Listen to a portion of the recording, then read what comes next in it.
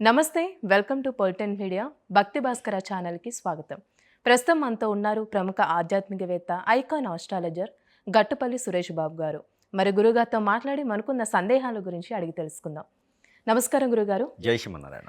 గురుగారు, ఇప్పుడు ప్రపంచ దేశాలు చూసుకున్నట్లయితే పరిస్థితి అనేది సరిగ్గా లేదండి. అంటే యుద్ధాలు అనేది జరుగుతూనే ఉన్నాయి. అసలు తీవ్రత ఏ విధంగా ఉన్నామో మనం చూస్తూనే ఉన్నాం. అయితే ఈ పరాభవనామ సంవత్సరంలో భారతదేశంలో ఇలాంటి పరిస్థితులు మనం ఎదుర్కొంటామంటారా? అసలు ఏ విధంగా ఉందండి? ఇప్పుడు మనం చూసుకున్నట్టయితే కనుక యావత్ ప్రపంచ దేశాల్లో కూడా వార్స్ జరుగుతూ ఉన్నాయి. అవును.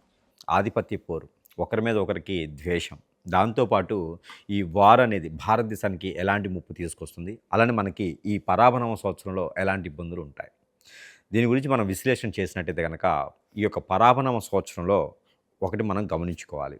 పరాభవనామ సంవత్సరానికి అధిపతి వచ్చేసి రాహు, అలానే ఈ పరాభవనామ సంవత్సరానికి అధిపతి వచ్చేసి రవి. రవి భగవానుడు, రాహు ఇద్దరు కూడా ఈక్వల్గా అయినటువంటి పద్ధతిలో ఉంటారు, ఈక్వల్ అయినటువంటి స్థితిగతుల్లో ఉంటారు. దీంతో పాటు మధ్యస్థరగా ఉన్నది బుధుడు, శుక్రుడు. ఇక వీటిని మనం గమనించినట్టయితే కనుక మనకి కలిసి వచ్చేటువంటి నక్షత్రాలు కావచ్చు, కలిసి వచ్చేటువంటి ఈ యొక్క గ్రహాలు కావచ్చు, బుధుడు, శుక్రుడు వల్ల మనకి భారతదేశం కలిసి వస్తుంది. అంటే పంట భూములు పండించేటువంటి రైతుకి రాజు అనే నినాదం బాగా కలిసి వస్తుంది పరాభవనామ సంవత్సరంలో. ఇక శుక్రుడు అంటే మనకున్నటువంటి వనరుల్ని ఎక్స్పోర్ట్ చేయటానికి బాగా కలిసి వస్తుంది మన భారతదేశం. కాబట్టి పరాభవనామ సంవత్సరంలో ఆర్థికమైనటువంటి ఇబ్బందులు ఇక్కడ వారైతే ఇబ్బంది పడరు ఒక మేర చూసుకున్నట్టయితే. ఈ రెండు బాగున్నాయి కాబట్టి. ఇక తొందరపాటు నిర్ణయాలు, దీని వలన నష్టపోవటం, ఫైర్ యాక్సిడెంట్లు అవ్వటం, ఇక మనలో మనకి చొచ్చుకుపోవటం, మనలో మనమే యుద్ధ వాతావరణం సృష్టించుకోవడం, మన ఇంట్లో మనమే నిప్పేసుకోవడం, మన ఇంట్లో మనమే బాంబులు వేసుకోవడం జరుగుతాయి. ఇలాంటివి అయితే ఖచ్చితంగా కనబడుతూ ఉన్నాయి. వారు ప్రపంచ దేశాలన్నిటికీ కూడా తప్పదు. మనకి ఇప్పుడు ఎవరైతే పెద్ద దిక్కుగా ఉన్నటువంటి రాజకీయవేత్తలు ఉన్నారో వారి యొక్క అదృష్టం చూసినట్టయితే కనుక ముఖ్యంగా మనం చూసుకోవాలి ప్రెసిడెంట్. మన ప్రెసిడెంట్కి వచ్చేసి గురుబలం ఎక్కువగానే కనిపిస్తుంది ఈ సంవత్సరం మొత్తం కూడా. గురు నీచంలో ఉన్నప్పటికీ తనకి గురుబలం బాగుంది, శుక్ర బలం బాగుంది. అంటే ఇక్కడ మనకి భారతదేశానికి సంబంధించినటువంటి గ్రహరీత్యా ఛాయలు చూసుకున్నట్టయితే కనుక రాహు ఆపోజిట్లో సైన్ గురువు. గురు బలము మన ప్రెసిడెంట్ గారికి బాగుంది. కాబట్టి ఈ యొక్క ప్రెసిడెంట్ గారు ఉన్నంత వరకు కూడా భారతదేశానికి ఇలాంటి యుద్ధ వాతావరణం అయితే రాకపోవచ్చు, ఒకటి మనం గమనించుకోవాలి. ఇప్పుడు మనకున్నటువంటి రాజకీయ నాయకుల్లో ఈ సంవత్సరం పరాభవనామ సంవత్సరంలో ఎవరికి ఎక్కువ బలం ఉంది, గురుబలం ఎవరికి ఉంది, ఇక దేశాన్ని పాలించేటువంటి శక్తియుక్తులు కానీ వీరి సలహాలు కానీ తీసుకునే దానికి ఎవరికి అదృష్టం ఉంది, వారి వలనే యుద్ధాలు ఆగుతాయి. కాబట్టి ఆ ఒక పర్సన్స్ ఎవరిని మనం గమనించినట్టయితే ఒకటి నరేంద్ర మోడీ గారు, ఒకటి రెండోది యోగి ఆదిత్యనాథ్ ఇతను ఒకరు, మూడోది పవన్ కళ్యాణ్ గారు. ఈ ముగ్గురికి గురుబలం ఉంటుంది, రాహుబలం ఉంటుంది, రవి బలం ఉంటుంది.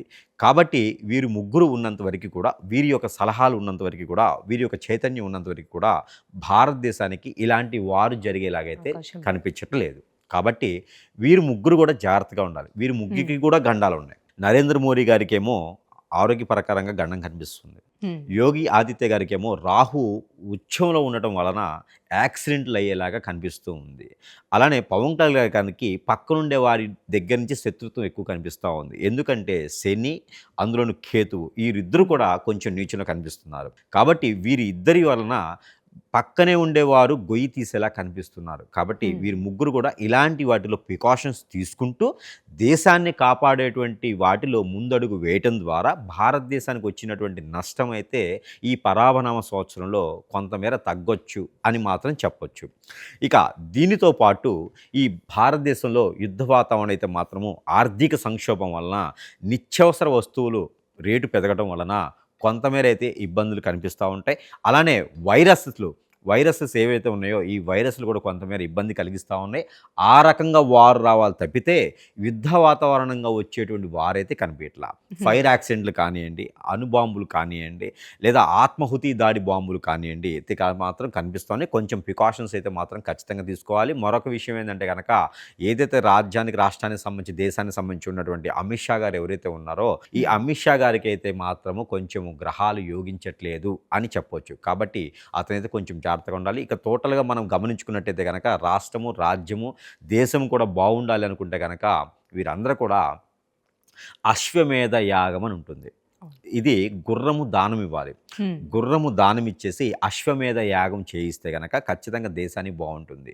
అలానే చండీ హోమాలు లాంటివి చేయించుకుంటూ ఉండాలి. రుద్రాభిషేకాలు చేయించుకుంటూ ఉండాలి. ఇది దేశాన్ని, రాష్ట్రాన్ని పాలించేటువంటి నాయకులందరూ కూడా చేస్తే ప్రజలందరూ కూడా సుఖశాంతులతో ఉండేలాగైతే ఖచ్చితంగా కనపడుతుంది. కాబట్టి ఈ విధంగా అయినటువంటి పరిహారాలు చేసుకుంటూ రాష్ట్రాన్ని, దేశాన్ని కూడా కాపాడుకునే విధంగా కొనసాగొచ్చు. అప్పుడు మనకు వచ్చేటువంటి వార్ ఏదైతే ఉందో అది మన వరికి రాకుండా ఉంటుంది కాబట్టి ఇలాంటి ప్రయత్నాలు చేసుకోవాలి. అంటే భారతదేశానికైతే వార్ అనేది ఉండదు. ఇబ్బంది ఉంటుంది గానీ పూర్తి వారైతే ఉండదు. ఉండదు. హ్మ్. గురుగారైతే ఈ యుద్ధం ప్రభావం వల్ల బంగారం ధరలు అసలు ఏ విధంగా ఉండొచ్చండి? అలానే మనకి ఇక్కడ ఉన్నటువంటి వనరులు ఏవైతే ఉన్నాయో, మనకి విదేశాల నుంచి మనకి ఎక్స్‌పోర్ట్, ఇంపోర్ట్ చేసేటువంటి వస్తువు రూపంగా ఏవైతే ఉన్నాయో, ఒక హ్మ్. బంగారం అనే కాదు, ఒకటి వస్తువనే కాదు, ఇవన్నీ ఇంకా కూడా అన్ని రకాల ధరలు పెరిగేలాగైతే ఖచ్చితంగా కనపడుతున్నాయి కాబట్టి, అలా ధరలు పెరుగుతున్నాయి కదా అని చెప్పేసని లక్షల లక్షల రూపాయలు అప్పులు తీసుకొచ్చి ఇన్వెస్ట్‌మెంట్ అయితే చేయకండి ఎవరు కూడా. ఎందుకంటే స్థితిగతులు బాగలేవు. షేర్స్ పరిస్థితి బాగలేదు. కాబట్టి ఈరోజు పెరగొచ్చు, రేపు తగ్గొచ్చు. ఇలాంటి వారున్న సమయాల్లో మనము ఇన్వెస్ట్ చేయడం కరెక్ట్ అయినటువంటి నిర్ణయం కాదని మాత్రం ఈ రకంగా చెప్పొచ్చు. బంగారం ఎదుగుతుంది. 1,80,000 నుంచి 2,00,000 వెళ్ళేటువంటి అవకాశాలు ఉన్నాయి. కానీ అది ఎంతవరకు ఉంటుంది, ఎన్ని రోజులు ఉంటుంది అనేది తెలీదు.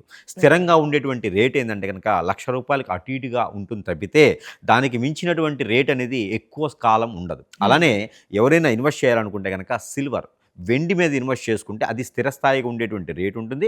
అది పెద్దగా తగ్గదు. పెరుగుతూ ఉంటుంది కానీ తగ్గదు. కాబట్టి రూపాయి వచ్చినా చాలు అనుకునే వారు సిల్వర్ మీద చేసుకోవచ్చు. వెండి మీద చేసుకోవచ్చు. కానీ బంగారం మీద ఇన్వెస్ట్ అనేది పెద్దగా చేయకండి. ఏదైనా ఉంటే పంట భూముల మీద ఇన్వెస్ట్ చేసుకోండి. రానున్నటువంటి రోజుల్లో బంగారం కన్నా ఎక్కువ రేటు పెరిగేది పంట. అవును. ఏ పంటకైనా సరే వాల్యూ ఎక్కువ ఉంటుంది. కాబట్టి పంట భూముల మీద ఇన్వెస్ట్ చేసుకునే వారు భారతదేశంలో స్థిర స్థాయికి అంటే అనుకున్నటువంటి స్థానానికి వెళ్ళేలా ఉంటుంది. ఒక సాఫ్ట్‌వేర్ కంపెనీ సంపాదించుకుంటే రూ. 1,00,000 సంపాదిస్తారు. కానీ రైతుగా ఉన్న వాళ్ళు 10,00,000 సంపాదించుకోవచ్చు. హ్మ్. కాబట్టి ఎవరైనా ఇన్వెస్ట్‌మెంట్ చేయాలి. ఎవరైనా సరే భారతదేశంలో ఎదగాలి అనుకున్న వారు ఎవరైతే ఉంటారో వారు పంట భూములు పండించుకునే విధంగా, పంటలు పండించే విధంగా రైతులుగా చేసుకుంటే మాత్రం ఖచ్చితంగా వారు రానున్న రోజుల్లో రైతే రాజు అనే నినాదానికి పేరు ఉంటుంది. హ్మ్. విదేశాల నుంచి వచ్చుకుంటే మన దగ్గర పని మనుషులుగా చేసేటువంటి వ్యవస్థ రాబోతుంది హ్మ్.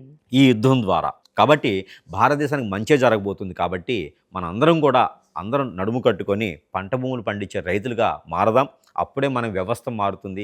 భారతదేశం కూడా అన్నదాత సుఖీభవ అనేటువంటి పరిస్థితికి ఎదుగుతుంది. గురుగారు చాలా చక్కగా తెలియజేశారండి. ధన్యవాదాలండి.